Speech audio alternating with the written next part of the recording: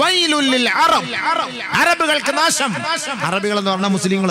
ഇന്നത്തെ കാലഘട്ടത്തിൽ അറബികൾ അതാണല്ലോ. ഹദീസുകളും ആയത്തുകളും മനസ്സിലാക്കുന്ന ഹബീബുന റസൂലുള്ളാഹി തങ്ങളുടെ സഹാബത്ത് അറബികൾക്ക് നാശമെന്ന് പറഞ്ഞിട്ട് കൈ ഉയർത്തിപ്പിടിച്ചു. എന്നിട്ട് സല്ലല്ലാഹു അലൈഹി വസല്ലം തങ്ങൾ പറഞ്ഞു മിൻ ഫത്ഹി റദ്മി യഅജൂജ യഅജൂജ വമഅജൂജ്. യഅജൂജ് മഅജൂജിന്റെ സംരക്ഷണ ഭിത്തി, അതായത് യഅജൂജ് മഅജൂജ് എന്ന് പറഞ്ഞൊരു സാധനം ഉണ്ട്. അതുകൊണ്ട് ബഹുമാനമുള്ള സഹോദരങ്ങൾ, യഅജൂജ് മഅജൂജ് മനുഷ്യരെയും കൊല്ലും, നാടിനെ നശിപ്പിക്കും, കൃഷികൾ നശിപ്പിക്കും. അങ്ങനത്തെ ഒരു വിഭാഗമാണ് യഅജൂജ് മഅജൂജ്. ആ യഅജൂജ് മഅജൂജിന്റെ ഷർറിൽ നിന്ന് രക്ഷപ്പെടാൻ അന്നത്തെ കാലഘട്ടത്തിൽ ദുൽഖർനൈൻ രാജാവ് കെട്ടിക്കൊടുത്ത വലിയ ഇരുമ്പിന്റെ മതിലുണ്ട്. യഅജൂജ് മഅജൂജ് അതിനപ്പുറത്താണ്. ആ മതിൽ പൊളിച്ചിട്ട് ഒരു സമയത്ത് വരും. അത് ഖിയാമത്തിന്റെ അടയാളമാണ്. കുറേശ്ശെ ആ മതില് തകർത്തുകൊണ്ടിരിക്കുകയാണ് യഅജൂജ് മഅജൂജ്. അതിങ്ങനെ മാന്തി പറിച്ച് അങ്ങനെ ഇരിക്കുകയാണ്. ഇപ്പോഴും അങ്ങനെ തന്നെയാണ്. ഒരിക്കൽ നബി സല്ലല്ലാഹു അലൈഹി വസല്ലം തങ്ങൾ പറഞ്ഞു കൈ ഉയർത്തിപ്പിടിച്ചു.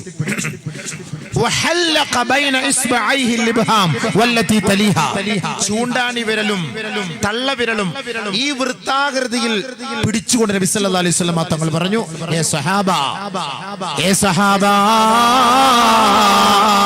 ഇത്രത്തോളം ഇതാ യഅജൂജും മഅജൂജിന്റെ സംരക്ഷണ ഭിത്തിക്ക് വിള്ളൽ വീണിരിക്കുകയാണ് സഹാബ. ആ വിള്ളൽ ഭിത്തി തകർത്തുകൊണ്ട് വലിയ ഒരു ശത്രുത നിങ്ങളിലേക്ക് പാഞ്ഞെടുക്കാൻ സമയം അടുത്തിരിക്കുന്നു സഹാബ. അന്ന് ഈ സമൂഹം മുഴുവനും തകർന്നു പോകും, നശിച്ചു പോകും സഹാബ. സല്ലല്ലാഹു അലൈഹി വസല്ലം തങ്ങൾ താക്കീത്, എല്ലാം നശിച്ചു പോകുന്നു. ഭയങ്കരമായ ഷർറല്ലേ? അതിന്റെ ഷർറുകളാണ് പല ഭാഗത്തുനിന്നും അല്ലാഹു സുബ്ഹാനഹു വ തആല ഈ ഭൂകമ്പങ്ങളും ഭൂമി കുലുക്കങ്ങളോട് നമ്മളെ കാണിച്ച് പേടിപ്പിക്കുന്നത്. വെറുതെ ഒന്നുമല്ല, എല്ലാത്തിനും കാരണങ്ങൾ പറഞ്ഞു തരാം ഇൻഷാ അല്ലാഹ്. ഇന്ന് നബി സല്ലല്ലാഹു അലൈഹി വസല്ലം തങ്ങൾ അങ്ങനെ പറഞ്ഞു, അങ്ങനെ ശിക്ഷ വരുമോ? ഞങ്ങൾ തകർന്നു പോകുമോ നബിയെ? നബിയുനാ റസൂലുള്ളാഹി തങ്ങളുടെ പ്രിയതമയായ പ്രിയങ്കരിയായ മഹദിയായ സൈനബ് ബിൻത് ജഹ്ഷ് റളിയല്ലാഹു അൻഹ ഹബീബുനാ റസൂലുള്ളാഹി തങ്ങളോട് ചോദിക്കുകയാണ്, യാ റസൂലല്ലാഹ് അനുഹ്ലകു വഫീന സാലിഹൂൻ. മലപ്പുറത്തുകാർക്ക് ഒരുപാട് ആലിമീങ്ങളില്ലേ, ഒരുപാട് പണ്ഡിതന്മാരില്ലേ, ഒരുപാട് ദീനിന്റെ സ്ഥാപനങ്ങളില്ലേ, ഒരുപാട് മഹാന്മാരുടെ മക്ബറകളില്ലേ, ഒരുപാട് സാലിഹീങ്ങൾ ഇപ്പോഴും ജീവിച്ചിരിപ്പില്ലേ? അതേപോലെ തന്നെയാണ് മഹദിയായ സൈനബ് റളിയല്ലാഹു അൻഹ നബിയുനാ റസൂലുള്ളാഹി തങ്ങളോട് ചോദിക്കുകയാ, അല്ലാഹുവിന്റെ റസൂലേ, സാലിഹീങ്ങൾ നമ്മുടെ നാട്ടിൽ ജീവിച്ചിരിക്കുമ്പോ ഈ നാടിനെ അല്ലാഹു ശിക്ഷകളെ കൊണ്ട് പരീക്ഷിക്കുമോ ഹബീബേ? ഭൂമികുലുക്കങ്ങളെ കൊണ്ടും ഭൂകമ്പങ്ങളെ കൊണ്ടും ജലപ്രളയത്തെ കൊണ്ടും ഉരുൾപൊട്ടലിനെ കൊണ്ടും അല്ലാഹു നമ്മുടെ നാടിനെ പരീക്ഷിക്കുമോ നബിയേ? ആദരവായ റസൂലുള്ളാഹി തങ്ങളോട് സൈനബ് റളിയല്ലാഹു അൻഹ ചോദിക്കുകയാണ്. ഖാല റസൂലുള്ളാഹി സ്വല്ലല്ലാഹു അലൈഹി വസല്ലം, അല്ലാഹുവിന്റെ റസൂൽ മറുപടി പറഞ്ഞു, നഅം യാ സൈനബു, സൈനബേ, അത് സാധ്യമാകും സൈനബേ. ഇദാ കസുറൽ ഖബസു, ഖബസ് അധികരിച്ചാൽ അത് സാധ്യമാവുക തന്നെ ചെയ്യും സൈനബേ. ശേഷം അല്ലാഹുവിന്റെ റസൂൽ വിശദീകരിച്ചു കൊടുത്തു, വൽ ഖബസു യാ ഇബാദല്ലാഹ്, എന്താണ് ഖബസ് എന്നറിയുമോ സഹാബ? എന്താണ് ഖബസ് എന്നറിയുമോ സഹാബ? കുല്ലു മഅസിയാ വസിയല്ലാഹു ബിഹാ ഫിൽ ബഹരി ഔ ഫിൽ ബിലാദി ഔ ഫിൽ ലൈലി ഔ ഫിൻ നഹാർ. കടലിലും കരയിലും രാത്രിയും പകലിലുമായി എന്റെ സമൂഹം ചെയ്തു കൂട്ടുന്ന അനാചാരങ്ങളും അനാശാസ്യ പ്രവൃത്തികളുടെയും കാരണമായി ഏത് മഹാന്മാരും ആ നാട്ടിൽ ജീവിച്ചിരുന്നാലും അല്ലാഹുവിന്റെ ശിക്ഷ ഇറങ്ങാതെ ഇരിക്കുകയില്ല സൈനബേ. പറഞ്ഞ മനസ്സിലായോ? ഔലിയാക്കൾ ഉണ്ടാകട്ടെ, മഹാന്മാരുണ്ടാകട്ടെ, സാലിഹീങ്ങൾ ഉണ്ടാകട്ടെ, ആരുണ്ടായാലും നമ്മുടെ സമുദായം പിഴച്ചുപോയാൽ, അഹങ്കാരികളായാൽ, തെമ്മാടികളായാൽ, പടക്കം പൊട്ടിച്ച് കല്യാണത്തിന് പേക്കൂത്ത് കാണിക്കാൻ തയ്യാറായാൽ, ഡാൻസും ഡിജെയ്ക്കും തയ്യാറായാൽ, ഗാനമേള ഒപ്പനയ്ക്ക് തയ്യാറായാൽ അള്ളാഹുവിന്റെ ശിക്ഷ ആ നാട്ടിൽ ഔലിയാക്കൾ ഉണ്ടായാലും മഹാനായ ഖുത്ബുസ്സമാൻ റളിയല്ലാഹു അൻഹുവിന്റെ നാമധേയത്തിൽ അറിയപ്പെടുന്ന ഈ മണ്ണാണ്, ഈ പരിപാടി ഈ സമ്മേളന നഗരി ആ മഹാനുഭാവന്റെ പേരിലാണ് അറിയപ്പെടുന്നതെങ്കിൽ ആ ഖുതുബുസ്സമാൻ ഇന്ന് ഈ കാലത്ത് ജീവിച്ചിരുന്നാലും തോന്നിയ മാസം കൂടിയാൽ അള്ളാഹുവിന്റെ ശിക്ഷ ഇറങ്ങുമെന്ന് നബിയുനാ റസൂലുള്ളാഹി അള്ളാഹു റസൂൽ പറഞ്ഞതാണ്. തോന്നിയ മാസം കൂടിയാൽ അള്ളാഹുവിന്റെ റസൂൽ പറഞ്ഞ വാക്ക് അവിടെ ശിക്ഷ ഇറങ്ങും. അതുകൊണ്ട് നമ്മുടെ നാട്ടിൽ ശിക്ഷ ഇറങ്ങൂല എന്ന് പേടിക്കണ്ട, ശിക്ഷ ഇറങ്ങൂല എന്ന് സന്തോഷിക്കണ്ട. ചിലപ്പോൾ ഇറങ്ങാൻ സാധ്യതയുണ്ട്. അള്ളാഹ് കാത്തിരക്ഷിക്കട്ടെ, അള്ളാഹ് കാത്തിരക്ഷിക്കട്ടെ. ഇറങ്ങാനുള്ള കാരണം എന്തേ? ഇറങ്ങാനുള്ള കാരണം എന്തേ? അത് പഠിക്കുക. ഹദീസ് പറഞ്ഞ വാക്കാണ്, ഖുർആന്റെ വാക്കാണ്. ഇറങ്ങാനുള്ള കാരണം എന്താണ്? ഒരിക്കൽ നബിയുനാ റസൂലുള്ളാഹി സ്വല്ലല്ലാഹു അലൈഹി വസല്ലമ തങ്ങൾ പറയുകയാണ്, യബീതു ഖൗമുൻ മിൻ ഹാദിഹിൽ ഉമ്മ അലാ ശുർബിൻ വതുഅമിൻ വലഹ്വിൻ വലഅബിൻ. എന്റെ ഉമ്മത്തുകൾ, എന്റെ സമുദായം രാത്രി ഉറങ്ങാൻ കിടക്കുമ്പോൾ തിന്നും കുടിച്ചും കളിച്ചും രസിച്ചുമാണ് അവർ ഉറങ്ങുക. പോലെ ശ്രദ്ധിക്കണം. ഹദീസ് നബിയുനാ റസൂലുള്ളാഹി തങ്ങൾ പറഞ്ഞ വാക്കാണ്. രാത്രി നമ്മൾ ഉറങ്ങുമ്പോൾ ഈ 4 മണി നമ്മൾ എടുക്കാറുണ്ട്. ഒന്ന് തിന്നുക, കുടിക്കുക. 12 മണിയായാലും 1 മണിയായാലും അൽഫഹമും ഷവായയും ഷവർമയും തീരൂല. തിന്നോ, തീർക്കോ. 12 മണിക്കും 1 മണിക്കും കബ്സ, മട്ടൻ കബ്സ, ചിക്കൻ കബ്സ, ഇത് തിന്നിട്ട് ഇങ്ങനെ മട്ടനും കുട്ടനും തിന്ന് 12, 11, 1 മണി 2 മണി വരെ കടകൾ നോക്കിയാൽ തീറ്റിയോടെ തീറ്റിയാണ്. ചെറുപ്പക്കാർ, പിള്ളേരെല്ലാം, കുട്ടികളൊക്കെ പോയിരുന്ന് തിന്നുന്നത് കാണാം രാത്രി 12 മണിക്ക്. എന്നിട്ട് നബി സല്ലല്ലാഹു അലൈഹി വസല്ലം തങ്ങൾ പറഞ്ഞു, അലാ ലഹുവിൻ വലഅബിൻ, കളിയിലും ചിരിയിലുമാണ് അവർ ഉറങ്ങുക. അല്ലേ? ഫുട്ബോൾ കളി, ക്രിക്കറ്റ് കളി, വാട്സപ്പ് കളി, ഫേസ്ബുക്ക് കളി, അല്ലാത്ത കളി.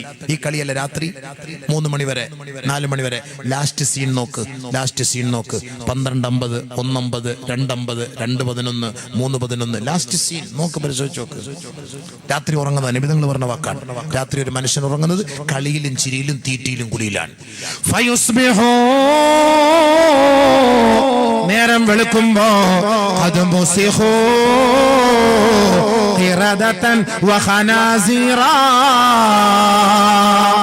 രാവിലെയാകുമ്പോ അവരുടെ കോലം മറിക്കപ്പെട്ട അവസ്ഥയിലായിരിക്കും നബിയുനാ റസൂലുള്ളാഹി.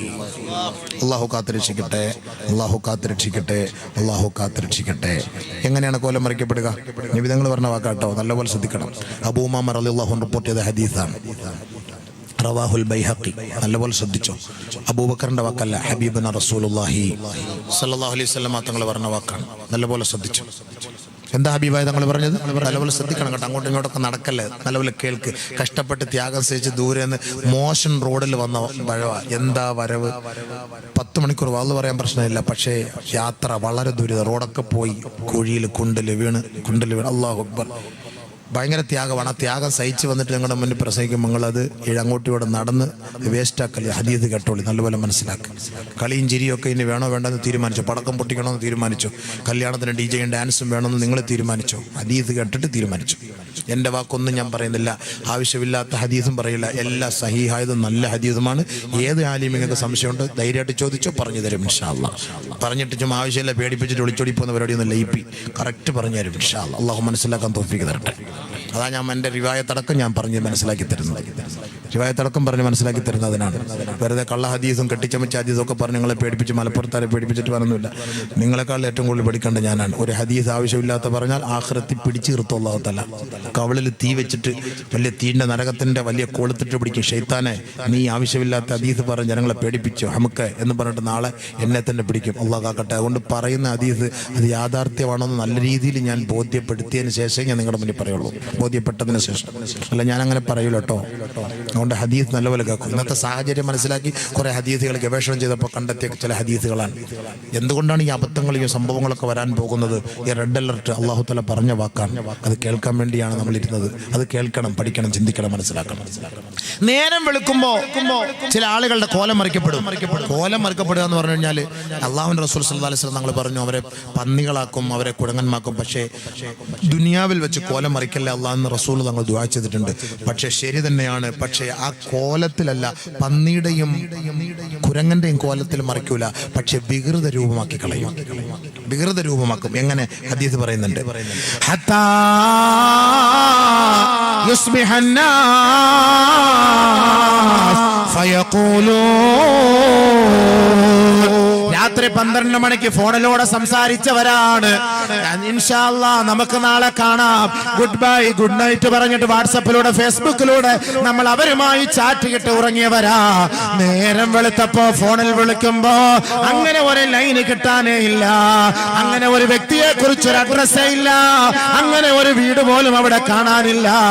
അവര് രാവിലെ ചായ കുടിക്കാൻ പീടികയിലേക്ക് വരുമ്പോൾ അവര് പറയുകയാണ് ഖുസിഫൽ ലൈലത ബിബനി ഫുലാൻ ഖുസിഫൽ ലൈലത ബിദാരി ഫുലാൻ.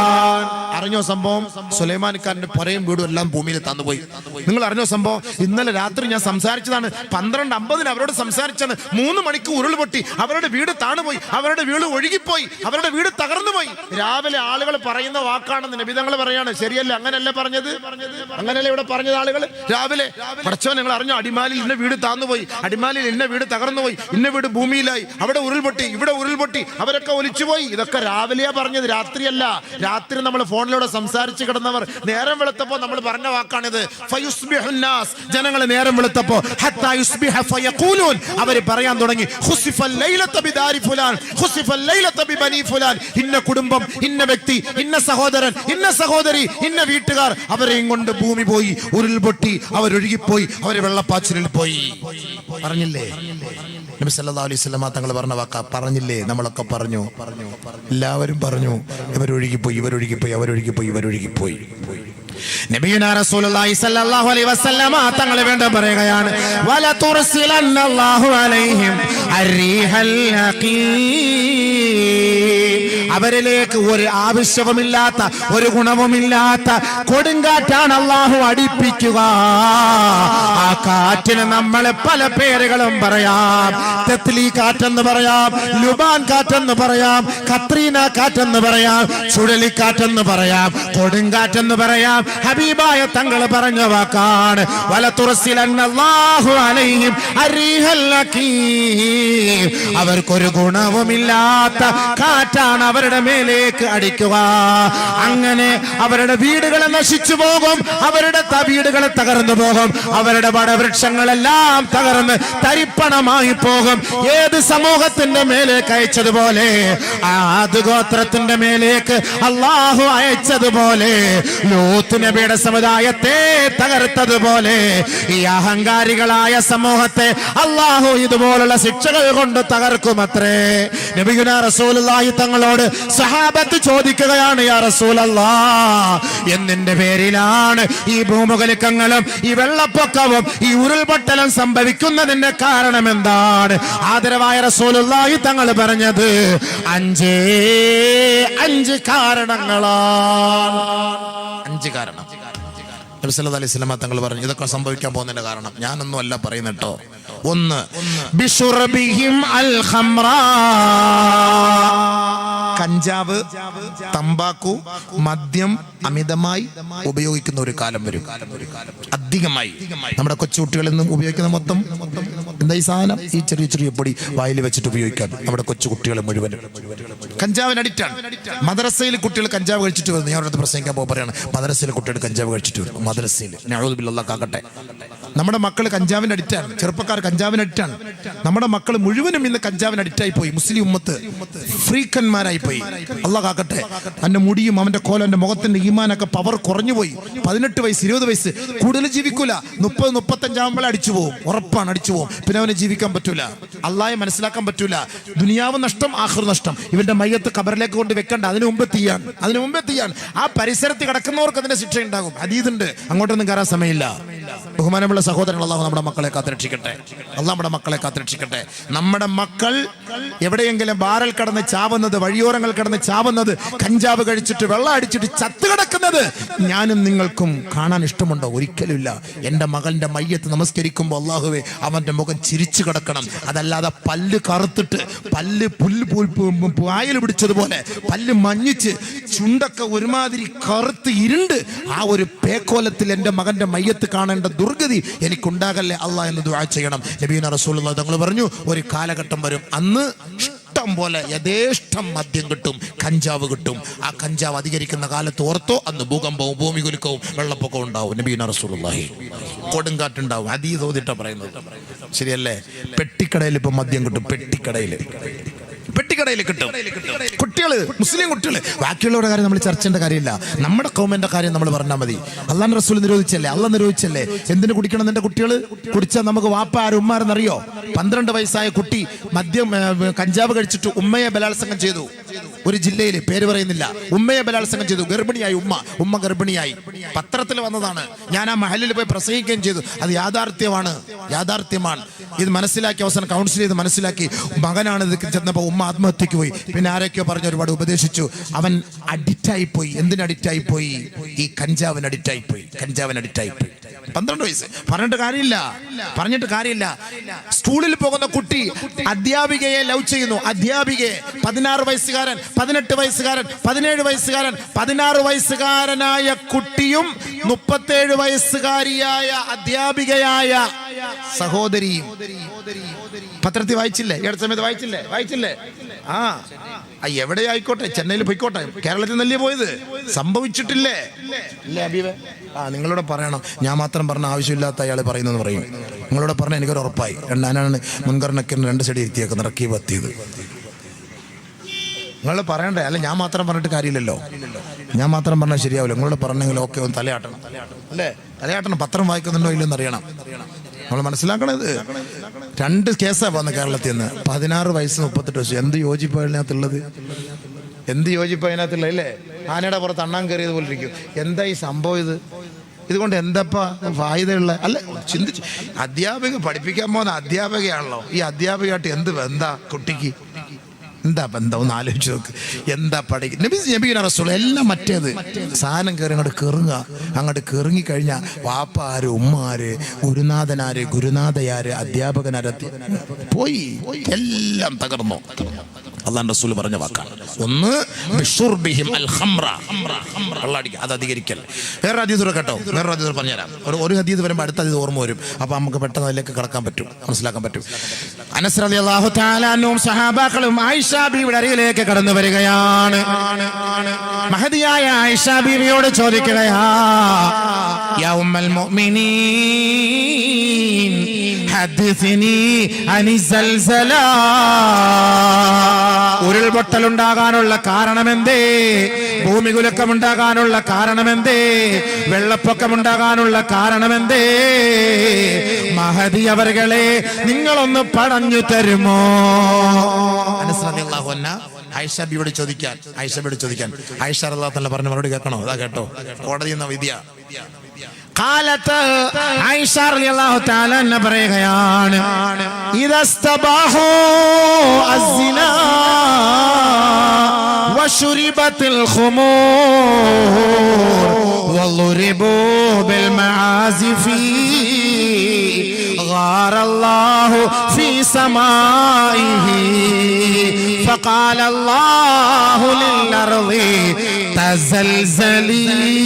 تزلزلي بهم فإن تابوا ونزعوا وإلا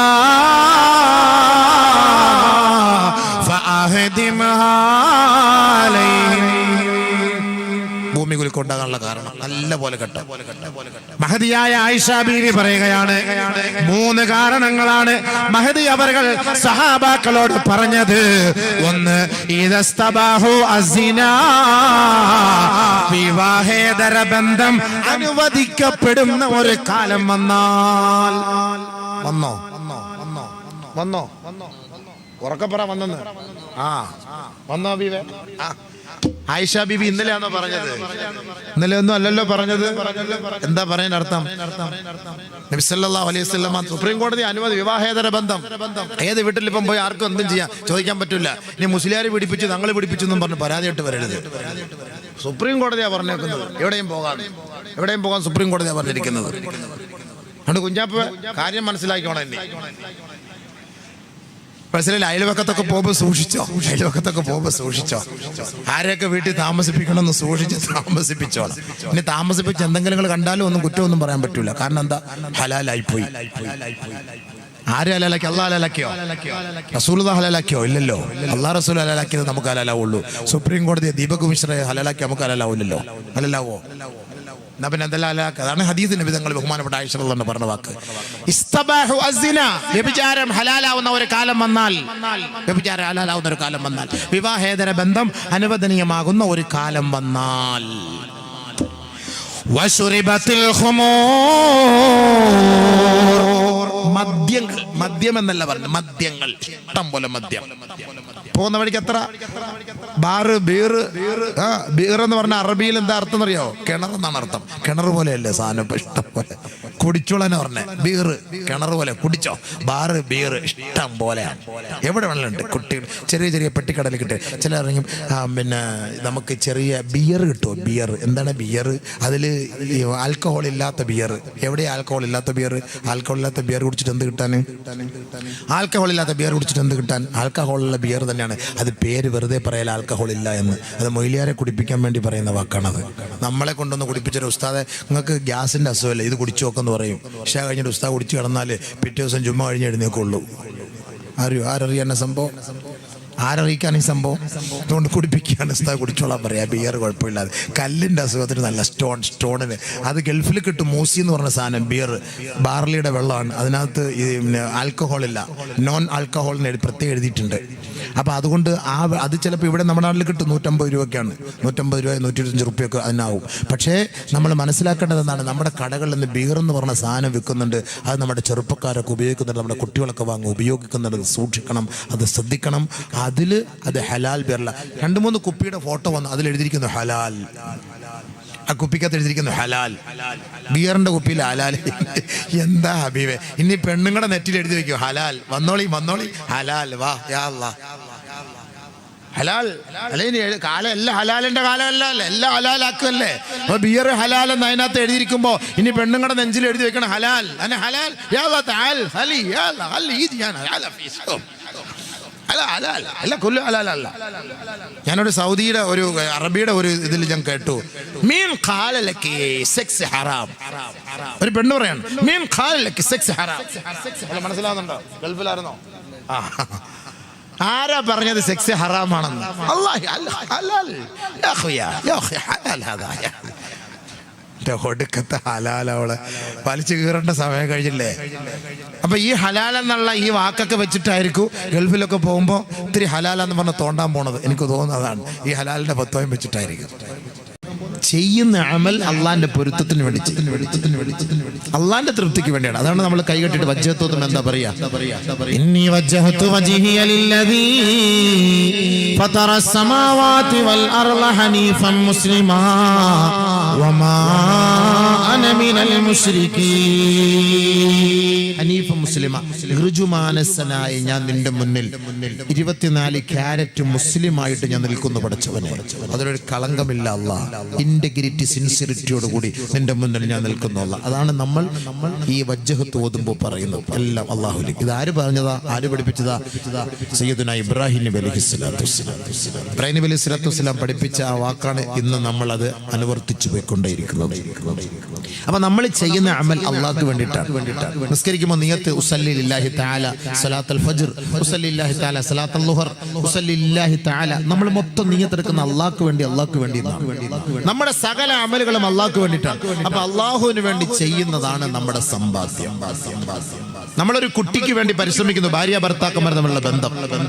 കല്യാണം കഴിഞ്ഞു ഫസ്റ്റ് നൈറ്റ്, ആദ്യ രാത്രി. അവിടെയും കുറച്ച് കർമ്മങ്ങളുണ്ട്, അവിടെയും കുറച്ച് കർത്തവ്യങ്ങളുണ്ട്. നമ്മൾ അള്ളാഹുവിനോട് ദുആ ചെയ്യണം, 2 റക്അത്ത് നമസ്കരിക്കണം. എന്നിട്ട് ഭാര്യയുമായിട്ട് ബന്ധപ്പെടുന്നതിന് മുമ്പ് ഒരു ദുആ ഉണ്ട്. അള്ളാഹുവേ പടച്ചവനെ, ഞാനും എന്റെ ഭാര്യയും തമ്മിലുള്ള ബന്ധത്തിൽ പിശാചിന്റെ ഷർറില്ലാത്തൊരു കുട്ടിയെ തരണേ അള്ളാഹ്. അവിടെ പിഴച്ചാലും പിന്നെയുള്ള കുട്ടികൾ മൊത്തം പിഴച്ചു. അവിടെ പിഴയ്ക്കാതെ ഓർമ്മയോടുകൂടിയാണ് ആ ഉത്തരവാദിത്വം നിറവേറ്റിയതെങ്കിൽ നമ്മുടെ കുട്ടികളൊക്കെ ക്വാളിറ്റിയുള്ള കുട്ടികളായി മാറി. ഒരുപാട് ശ്രദ്ധിക്കേണ്ടതുണ്ട്. ഒരു നല്ല സന്താനത്തെ വാർത്തെടുക്കണമെങ്കിൽ ഒരുപാട് ശ്രദ്ധിക്കണം. എങ്ങനെയെങ്കിലും ഉണ്ടായാലും കുട്ടികൾ ഉണ്ടാവും. ബലാത്സംഗം ചെയ്താലും കുട്ടികൾ ഉണ്ടാകും. കുട്ടികൾ ഉണ്ടാകലല്ല വിഷയം, ഉള്ള കുട്ടി ക്വാളിറ്റിയുള്ള കുട്ടിയായിരിക്കണം. അതാണ് നമുക്ക് വേണ്ടത്. അതുകൊണ്ട് ബഹുമാനപ്പെട്ട ഇബ്രാഹിം നബി അലൈഹിസ്സലാത്തു വസ്സലാം വർഷങ്ങൾക്ക് മുമ്പ് ദുആ ചെയ്ത ഒരു ദുആയുണ്ട്. എന്റെ കുട്ടി ആരായിരിക്കണം, എങ്ങനെയായിരിക്കണമെന്ന്. وإذ قال إبراهيم റബ്ബി ജഅൽ ഹാദൽ ബലദ ആമിനാ വജ്നുബ്നി വബനിയ അൻ നഅ്ബുദൽ അസ്നാം. ആദരവായ ഇബ്രാഹിം നബി അലൈഹിസ്സലാത്തു വസ്സലാം വർഷങ്ങൾക്ക് മുമ്പ് പരിശുദ്ധമായ കഅബയുടെ പൂമുഖത്ത് വെച്ച് അല്ലാഹുവിനോട് ദുആ ചെയ്യുകയാണ്, നാഥനേ ഈ പരിശുദ്ധമായ മണ്ണിനെ നീ അനുഗ്രഹിക്കണമേ അല്ലാഹ്, ഇതിനെ നീ സംരക്ഷിക്കണമേ അല്ലാഹുവേ, സുരക്ഷയുടെ മണ്ണാക്കി മാറ്റണമേ നാഥാ. വർഷങ്ങൾക്ക് മുമ്പ് മഹാനായ ഇബ്രാഹിം നബി അലൈഹിസ്സലാത്തു വസ്സലാം ആ കഅബയുടെ പൂമുഖത്ത് ചെയ്ത് ലോകത്തെ ജനങ്ങൾക്ക് വേണ്ടി ദുആ ചെയ്തു അത്രേ, റബ്ബി ജഅൽ ഹാദൽ ബലദ ആമിനാ, ഈ മണ്ണിനെ നീ സുരക്ഷയുള്ള മണ്ണാക്കി മാറ്റണേ, നിർഭയത്വമുള്ള മണ്ണാക്കി മാറ്റണേ അല്ലാഹ്. അതോടുകൂടി മഹാനവറുകളുടെ ദുആ പൂർത്തീകരിച്ചില്ല, അവസാനിപ്പിച്ചില്ല. വീണ്ടും ദുആ ചെയ്യുകയാണ്, വജ്നുബ്നി വബനിയ അൻ നഅ്ബുദൽ അസ്നാം. അല്ലാഹുവേ, എന്നെയും എന്റെ സന്താന പരമ്പരകളെയും പിശാചുകളുടെ ദുർമൂർത്തികളുടെ ബഹുദൈവ ആരാധകരിൽ നിന്ന് നീ സംരക്ഷിക്കണമേ അല്ലാഹ്. ഇബ്രാഹിം നബി അലൈഹി സ്വലാത്തു വസ്സലാമിന്റെ ദുആ നല്ലപോലെ ശ്രദ്ധിക്കണം.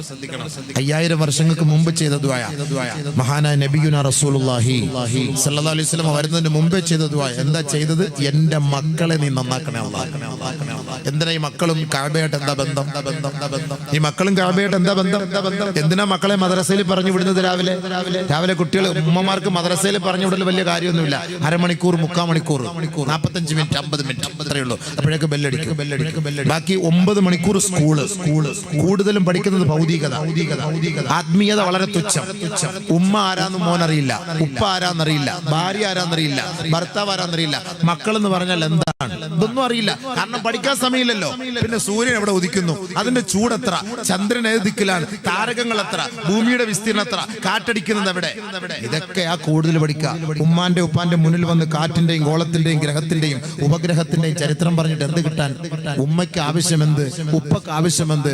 എന്റെ മകൻ എന്നെ അനുസരിക്കുന്നവനാകണം, എന്റെ മകൻ അള്ളാഹയെ അനുസരിക്കുന്നവനാകണം, എന്റെ മകൻ എനിക്ക് ഖിദ്മത്ത് ചെയ്യുന്നവനാകണം, എന്റെ മകൻ എനിക്ക് ദുആ ചെയ്യുന്നവനാകണം, എന്റെ മകൻ ഞാൻ ആദ്യം മരിച്ചാൽ എന്റെ മയ്യത്ത് നമസ്കരിപ്പിക്കുന്നവനാകണം, എന്റെ മകൻ എന്റെ ഖബറിന്റെ അരികിൽ വന്ന് പൊട്ടിക്കരഞ്ഞ് എനിക്ക് വേണ്ടി ദുആ ചെയ്യുന്നവനാകണം. അങ്ങനെ ആഗ്രഹിക്കുന്ന ഒരു ഉപ്പക്കും ഉമ്മക്കും അനിവാര്യം എന്താണ്? തുടക്കത്തിലെ ദുആ ചെയ്യണം. മകൻ ആരായിരിക്കണം, മക്കൾ ആരായിരിക്കണം? അതാണ് ഇബ്രാഹിം നബി അലൈഹി സ്വലാത്തു വസ്സലാം പഠിപ്പിച്ചത്. വജ്നുബ്നി വബനിയ അൻ നഅ്ബുദൽ അസ്നാം.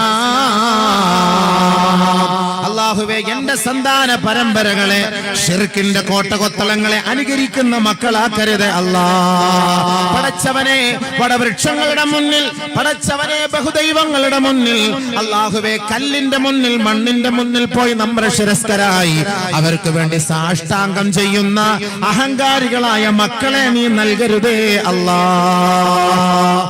മുസ്ലിം പെൺകുട്ടികൾ എത്ര പേരെ ഒളിച്ചോടി പോയിട്ട് ദൈവത്തിന്റെ മുന്നിൽ പോയി നിൽക്കുന്നു, ബിംബത്തിന്റെ മുന്നിൽ പോയി നിൽക്കുന്ന എത്ര മുസ്ലിം പെൺകുട്ടികൾ. ഇതുകൊണ്ടാണ് ആദ്യമേ ദുആ ചെയ്തത്. ഇപ്പൊ മനസ്സിലായോ? 21ാം നൂറ്റാണ്ടിൽ നമ്മുടെ മുസ്ലിം പെൺകുട്ടികൾ പോയി നിൽക്കുന്നത് എവിടെ?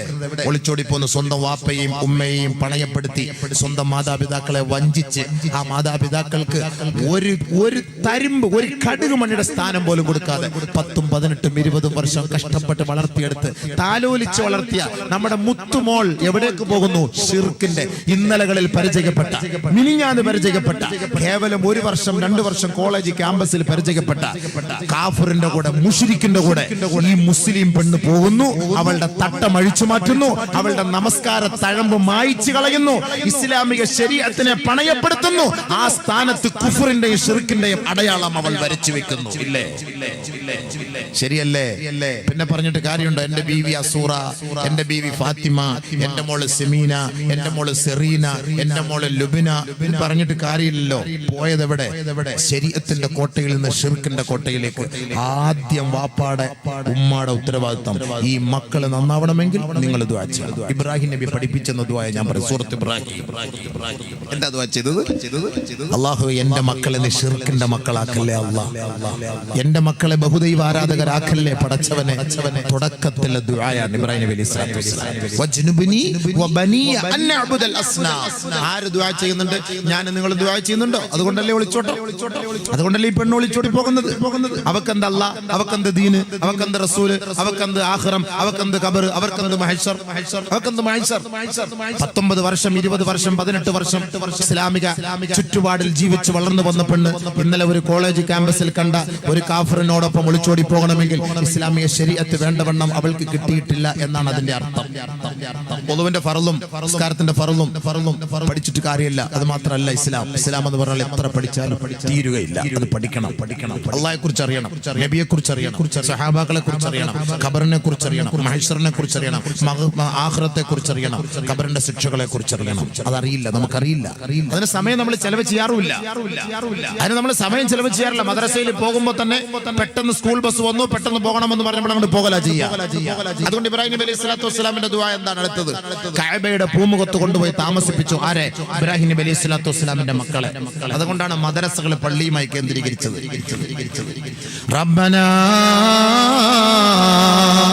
ലിയുഖീമുസ്സിന്നി അസ്കൻതു മിൻ ദുർരിയതി ബിവാദ് ഗൈരി ദീ സർഇൻ ഇൻദ ബൈതികൽ മുഹറം റബ്ബനാ ലിയുഖീമുസ്സലാഹ് റബ്ബനാ ലിയുഖീമുസ്സലാഹ്. അല്ലാഹുവേ, നാഥനേ, പടച്ചവനെ, എന്റെ കുടുംബത്തെ, എന്റെ കുടുംബിനിയെ, എന്റെ സന്താനത്തെ നിന്റെ പരിശുദ്ധമായ കഅബയുടെ പൂമുഖത്ത് ഞാൻ താമസിപ്പിച്ചിരിക്കുകയാണ് അല്ലാഹ്. എന്റെ മക്കളെ കൊണ്ട് ഞാൻ താമസിപ്പിച്ചത് ഇവിടെ തിയേറ്ററിലല്ല, ബാറിലല്ല, റിസോർട്ടിലല്ല, ഹോട്ടലിലല്ല, ആരാമത്തിലല്ല, മോട്ടലിലല്ല, വലിയ വലിയ സൂപ്പർ സ്പെഷ്യാലിറ്റി ഹോസ്റ്റലിൽ ഒന്നുമല്ല. പിന്നെ എന്റെ മകനെ ഞാൻ എവിടെയാണ് താമസിപ്പിച്ചത്? ഇൻദ ബൈതികൽ മുഹറം, നിന്റെ പരിശുദ്ധമായ കഅബയുടെ പൂമുഖത്താണ് റബ്ബേ. എന്തിനാണ് അല്ലാഹു സുബ്ഹാനഹു വ തആലയുടെ ആ കഅബയുടെ പൂമുഖത്ത് കൊണ്ടുപോയി ഇബ്രാഹിം നബിയുടെ മക്കളെ താമസിപ്പിച്ചത്? എന്തിനാ താമസിപ്പിച്ചത്? അവിടെ കഅബയിൽ കൊണ്ടുപോയി താമസിപ്പിച്ചത് എന്തിനാണ്? പള്ളിയുടെ തിരുമുറ്റത്ത് താമസിപ്പിച്ചത് എന്തിനാണ്? അതിന്റെ ആവശ്യം എന്താ? റബ്ബനാ ലിയുഖീമുസ്സലാഹ്, അവർ നിന്നെ അറിയാനാണ് നാദാ, അവർ നമസ്കാരമുള്ളവരാണ് നാദാ, അവർ നോമ്പെടുക്കാനും ഇബാദത്ത് ചെയ്യാനും സ്വർഗത്തിന്റെ അഹ്ലുകാരനാകാനുമാണ് എന്റെ മക്കളെ ഞാൻ കഅബയുടെ പൂമുഖത്ത് താമസിപ്പിച്ചത് റബ്ബേ. ഇബ്രാഹിം നബി അലൈഹി സ്വലാത്തു വസ്സലാമിന്റെ ദുആ. അല്ലാഹുവിന്റെ മക്കളായി, അല്ലാഹുവിന്റെ അടിയാറുകളായി, നമ്മുടെ ദീനിന്റെ അഹ്ലുകാരായി മാറണമെങ്കിൽ അതുമായി ബന്ധപ്പെട്ട സ്ഥലത്ത് മക്കളെ താമസിപ്പിച്ചെങ്കിൽ സാധ്യമാകും, ഇല്ലെങ്കിൽ സാധ്യമാവില്ല.